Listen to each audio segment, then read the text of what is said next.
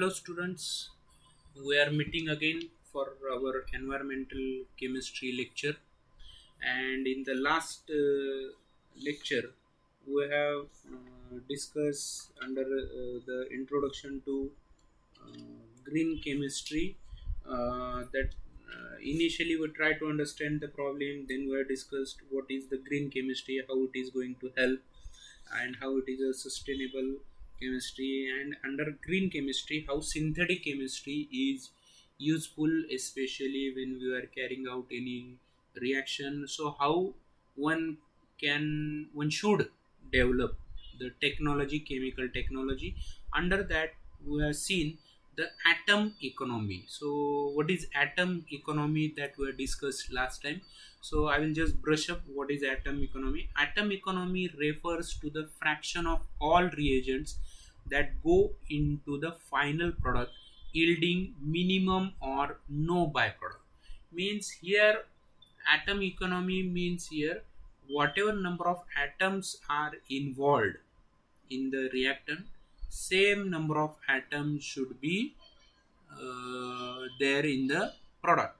There should not be any atom which is not incorporated in the product. That is ideally expected. Practically it may not happen, but as far as possible the reaction should be in such a way that all the atoms should be used. So that means in a way you can say you have to design the reactions, develop the reaction in such a way that there should not be any byproduct. Formation of byproduct is the you can say against atom economy. So because formation of byproduct is wastage. Okay. Sometimes that waste product is also used for as a reactant for any other industry. So if it is go hand in hand, then it's okay, but normally you should think about it. So for to understand the 100% atom economy, we have discussed the reaction that is bromination of alkene. In lab you have done this reaction many times, that is decolorization for identification or to find out the sites of unsaturation. So if at all there is a unsaturated site, that is a double bond, bromine get added across the double bond by showing the decolorization, that is orange color get decolored. So if you see this reaction, the all the atoms in the reactant side, that is alkene, that is propene here, and bromine, all are reflected in the product molecule. There is no formation of any side product.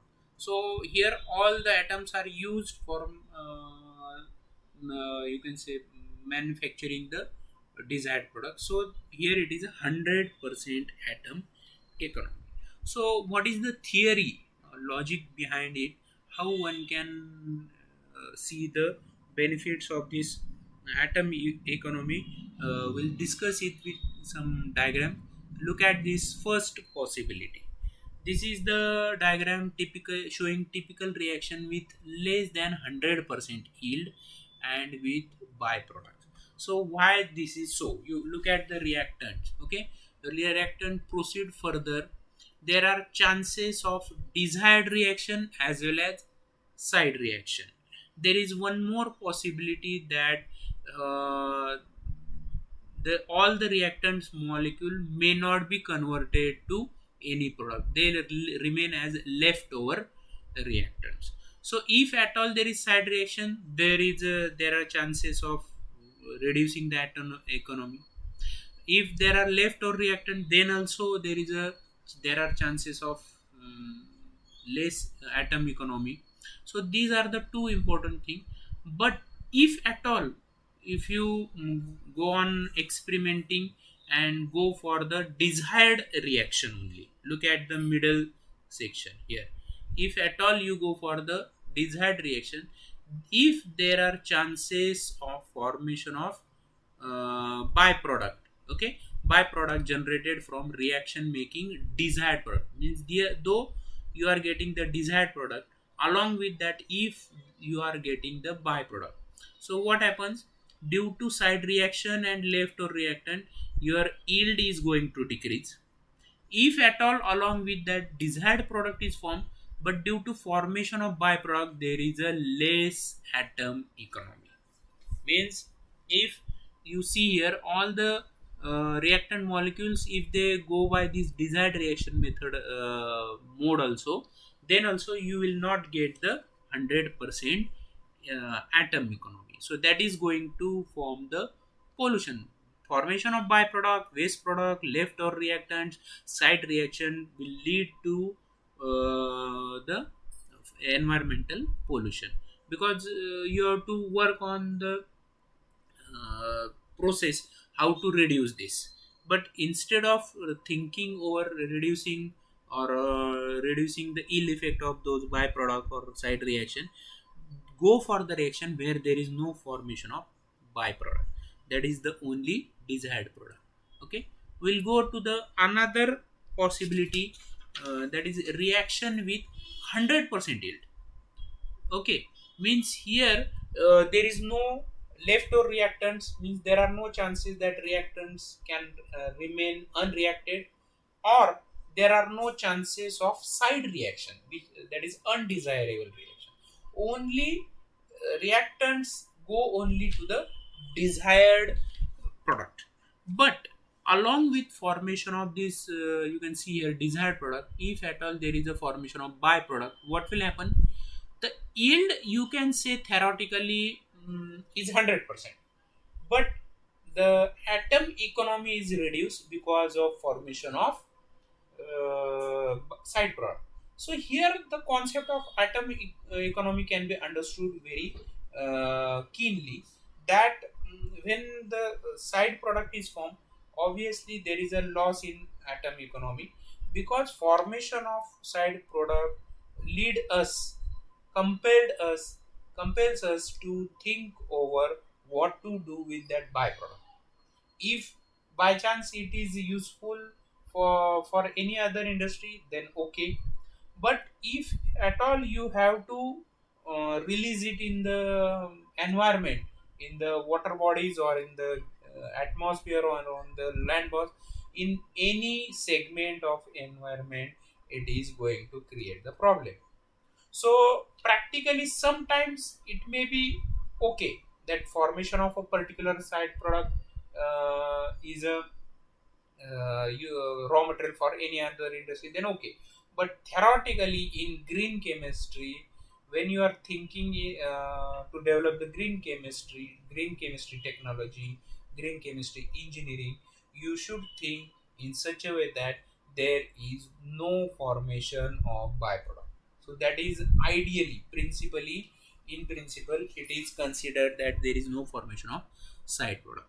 Now, what is the ideal concept of 100% atom economy is this, that all the reactants are going to react. That is the first condition. There is no leftover.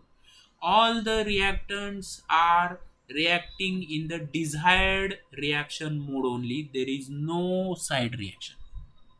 Okay, and third is, though it is following the desired reaction mode to give product, there is no formation of byproduct in that desired reaction mode also.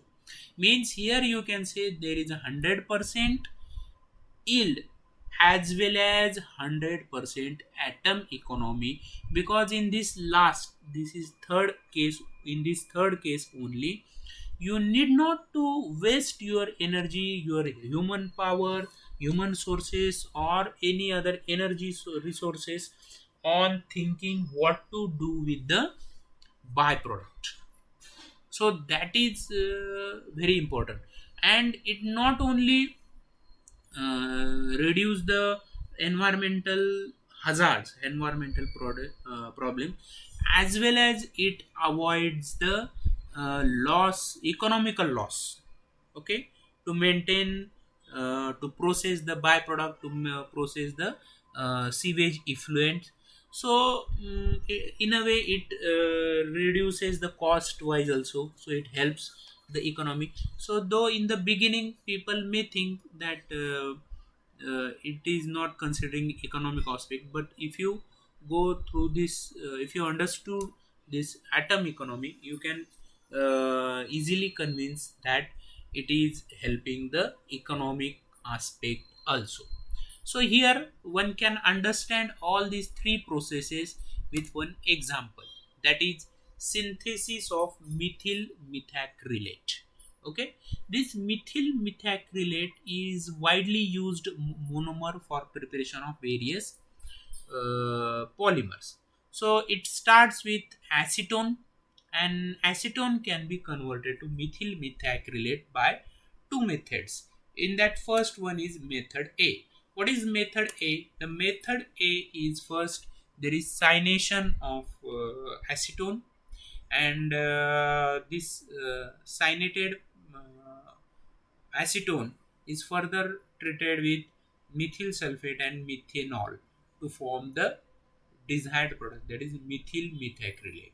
Here, if you observe it carefully, the atom economy is 47% only.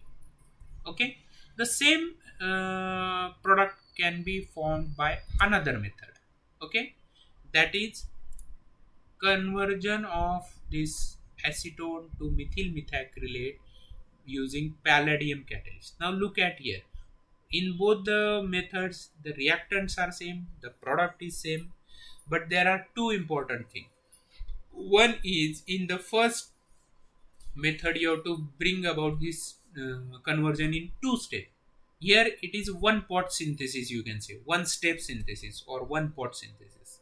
Okay, there are no formation of byproduct, so there is no need of purification, there is no need of taking care of waste product, there is no need of thinking about or developing the technology how to treat the waste material so that it won't harm the environment. And here there is 100% atom economy.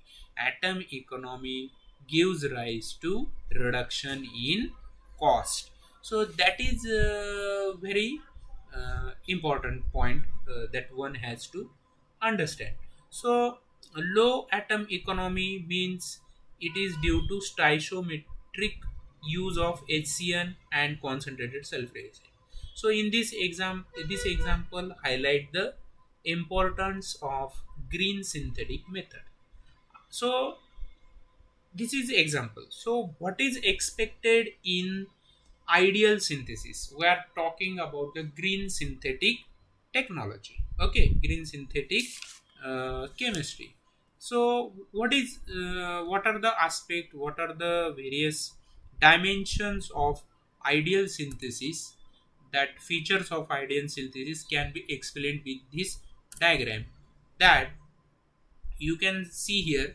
That look at here, it start first is safe, means it is safe for all human being, all the living things.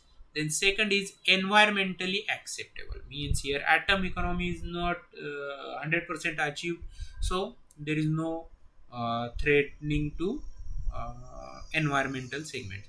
100% yield, means we are not talking only about 100% atom economy, 100% yield. See, 100% atom economy is different, 100% yield is different. Here 100% conversion saves your energy, saves your human effort, human labor, and it take care of the economic aspect also.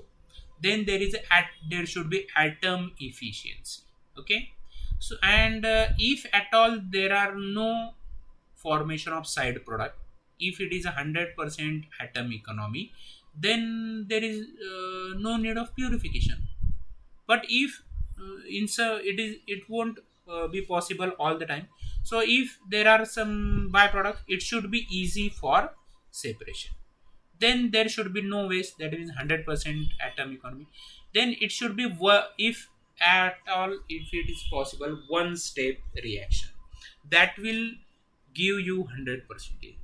And one is very important, that renewable materials, means if at all you are going to use any solvents, you are going to use catalyst, you are going to use the reactors, so all those should be recycled again and again and again, so that there will be no waste material form. So these are the features of ideal synthesis. Now, whenever you are thinking about to develop the chemical technology, you have to go by these principles of green synthetic chemistry. If you take care of all these aspects, if at all it is not possible 100%, take care at least the maximum possible. Okay, if it is not going to threaten, it is not going to damage the environmental segments, then it is a green chemistry. If it is a problematic to environmental segments, then it is not a green chemistry. So hereafter, for sustainable life, sustainable development, we have to think about only green chemistry in considering all these aspects only. Okay, so this is one principle, that is atom economy, for the ideal synthesis of green chemistry. Okay, another next point is reduction of risk. What is risk? Risk is of the hazardous chemical. Okay, so for example, take any chemical. Most of the organic chemicals, you can say they are carcinogenic. So this is the hazardous feature of that chemical. Then second comes under risk is exposure. Means if you are having organic chemical and if you keep it packed in a container, then you are not exposed. Then uh, it is hazardous, but due to you can say it is not exposed to environmental segments, then it is no risk. So risk involves, or risk calculation mainly depends on two feature, that is hazard and exposure. Means hazard is a intrinsic property of the chemical, intrinsic feature, and exposure is how you handle it. Means for example, if there is a chemical you are using, it is hazardous, you can cover your mouth, you can use goggle, you can use a particular type of apron, or a suit, particular suit like PPE kit nowadays we are using in corona. So all these things, what they do, they reduce the exposure to the chemical, but that becomes a personal. Means for a particular person, if that person is using all these accessories, then it will reduce the risk for that particular person only. But if such chemicals are uh, released in atmosphere, in the water bodies, or in the environment, then all the community people are not using such accessory, so they are most vulnerable, they are most exposed to these chemicals, so hazardous effects are going to damage their life. So here, reduction of risk, when you are talking about, you have to not only think about hazard, but think and exposure. But normally in earlier days we were taking care of only exposure. Means the person who is working in industry can use these all accessory, but when these are chemicals are released in environment, the common people are not using. So hazardous effects are very important, you have to think about it. Basically on two levels you can work, but out of these two levels, one has to think about hazardous only. That is a primary. Means prevention is better than cure. Means you can prevent by using PPE kit or any other uh, lab coat or goggles, but that is not that is, you can say, supplementary. The main necessary thing is why to use hazardous chemical, why to produce hazardous chemical. If at all you stop at the source only, that its use, its you can say formation, then there is no need of taking care of exposure. So you have to first think about, means here when you are talking about risk management, green chemistry is a way of dealing with risk reduction. and preventing pollution. It addresses to the intrinsic hazards of the substance rather than dealing with conditions which increase their risk, such as long exposure in working environment. So here, to calculate the risk associated with the substances, we must be able to quantify its hazard, how toxic it is to human and environment, and multiply it with the exposure time. Earlier approaches focuses only in exposure to hazardous chemical, imposing the use of personal protective equipment such as goggles. As I told you, goggles, lab coat. In lab also you are asked to use lab coats. Okay, so exposure reduction largely depend on human factors. Okay, and conscious and serious efforts taken by individuals. The more feasible and certain way of protection in is reduction of hazard. Means one example here one can give. For example, in industry, we are using organic chemical. For example, suppose there is a degreasing of metal parts or cleaning. Means for cleaning purpose, if you are using say organic chemicals, it removes the that dirt very easily. Okay, but where these chemicals are going after cleaning, they are going through sanitary tract to the water bodies or in the land mass. So after letting go in the environment, if you are thinking about the exposure and reducing the exposure, think about why to use these problematic chemicals. So can you reduce that? Yes, you can use, you can reduce it by use of water based cleaning solution instead of organic solvent. These organic solvent use of this water based cleaning solution will bring down the recycling cost as well as reduce the risk due to the exposure and hazard. So waste management water treatment will also be economically beneficial. So use of volatile toxic solvent require constant monitoring and vigilance.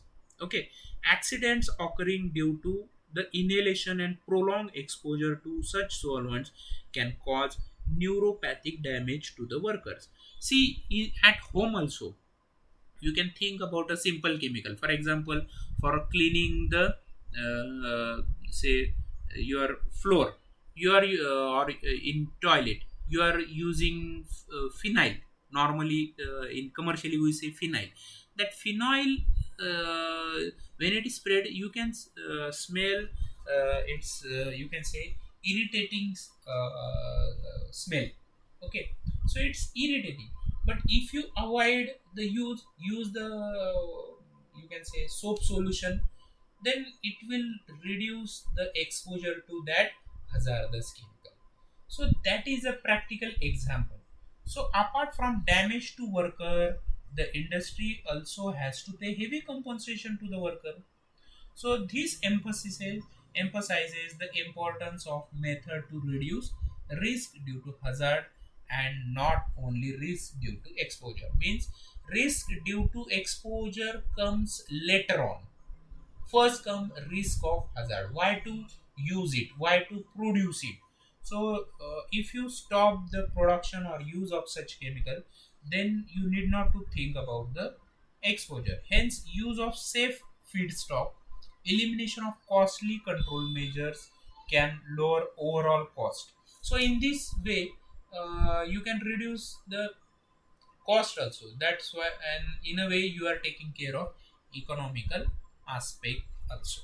So reduction of risk, if you think carefully, these two, hazard and exposure, are the important parameters, and come in the if you compare the both, then hazard is very important to take care, and then comes the exposure.